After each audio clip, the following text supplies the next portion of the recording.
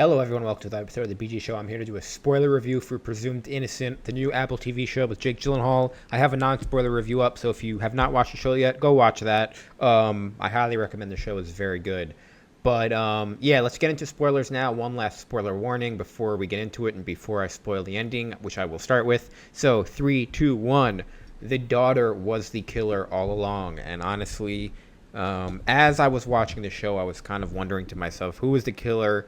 And I was kind of getting worried in the last episode. I'll start with the finale. That's probably why you came to click on this video. I was waiting. I kind of do this with finales, and I shouldn't. I kind of see how much time is left. And I was really worried, like, is there not going to be a reveal of the killer? Is this whole thing just going to be about the drama going on inside the marriage, the drama going on inside the DA's office? But when I saw the trial end and there were 20 minutes left, I'm like, oh, okay, we're getting something here.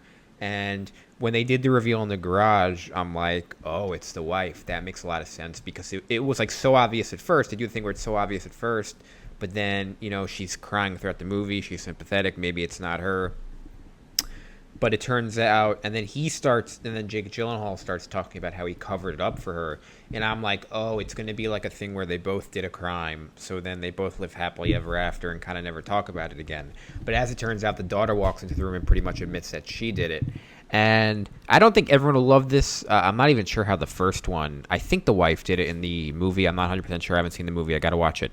But I thought this was a little bit of a good misdirect. I saw a lot of people thinking it was Peter Skarsgård character. Tim, I forgot his name. I forgot his last name. But I disagree with that. I never thought it was him for a second. I thought it was going to be the son. I had a feeling it was the son, maybe the wife. There were a lot of times where I was thinking maybe Jake Gyllenhaal did it and had like some sort of nervous breakdown and forgot about it. I was thinking that for a while. But overall, they did a good job of kind of keeping it a legal show with like the mystery of who it was on the outside, which I think they did a good balance of.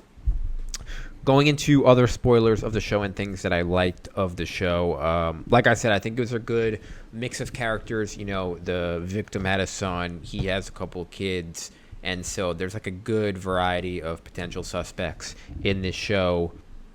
The courtroom drama stuff I thought was really good if you're into that. I thought Peter Skarsgård was by far the best part of the show.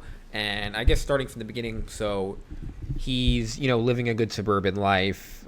You can tell he's wealthy with the house that he's living in. He's successful. He's married, and you get this call that he, this woman died, his coworker died.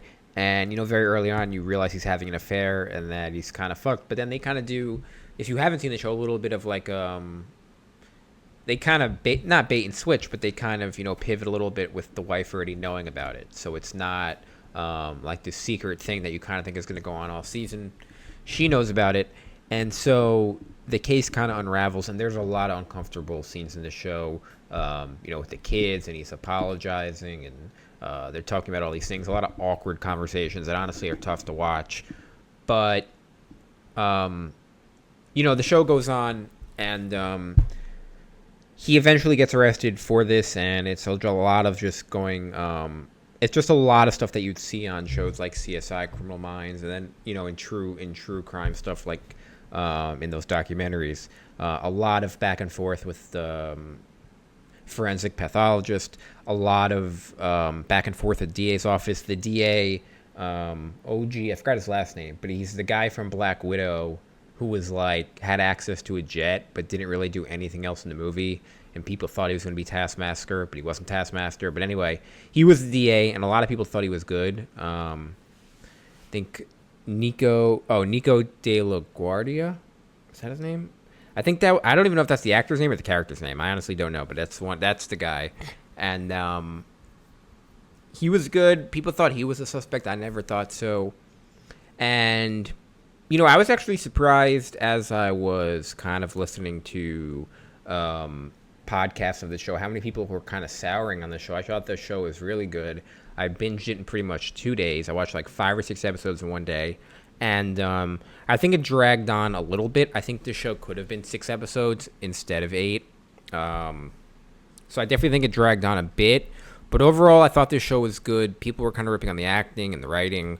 The twist at the end where the daughter does it, and also they have the whole scene with Peter Skarsgård's character. His apartment gets broken into, and they leave behind that poker. So people are gonna, critique the I think the plot holes of the show, but I think it's okay. There's not a ton to spoil. I mean, there is, but throughout the season, I think the big spoiler is at the end. They have this storyline where he goes to prison and he keeps talking to this prisoner, and I think this is a good scene because it kind of shows how they were thinking about making this a movie, or this storyline, or this whole about maybe he had a connection outside of prison. It was revenge, blah blah blah. But that totally ended up being a red herring. It obviously wasn't him, because and Jake Gyllenhaal knows this because he's the one who tied her up like that. It wasn't. He didn't find her like that. So there really was no connection there. So really, all those scenes were meaningless in a way.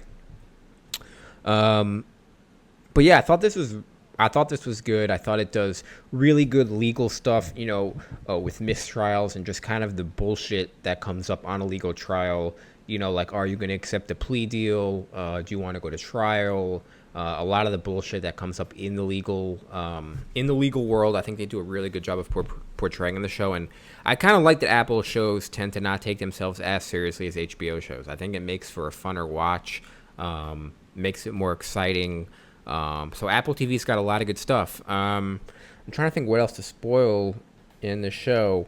There's this scene where the guy shows up to his house and he beats the hell out of him.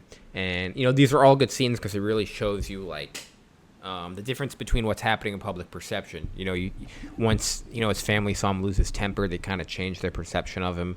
So a lot of good things like that. I thought it was kind of funny how many workout scenes there were. He's always swimming or always working out, always running. I bet that was a Jake Gyllenhaal decision, just to be like, yeah, I want to just show him a beast or something. But yeah, I don't know if this was shot before Roadhouse and he was literally trying to stay in shape while filming the movie or after. But I just thought that was funny because none of those scenes really mattered, or were just kind of random with the context. So that's my spoiler review of the show. Yeah, before I log off, I'm trying to think of anything that I missed. It's tough to review a show like this where everything hinges on that one spoiler, but I guess I'll say, they're coming back with the season 2. I don't think they said with new characters or the same ones. I prefer new characters. I hope they do turn this into a White Lotus thing with a new storyline every year. I don't want an extension of this storyline. I think that would be... I mean, you could make a show about what happens afterwards, but I think that would be a very flat show. Or you could make a show about the DA's office and those characters, Peter Skarsgård, and go down that route, and have them kind of investigate, take it from their angle. But yeah, I'd love a season 2 with a new cast, and kind of keep doing that, like I said, with the White Lotus thing. So that's my spoiler review. I'd give this show definitely at least a 7 out of 10, maybe a 7.5 out of 10.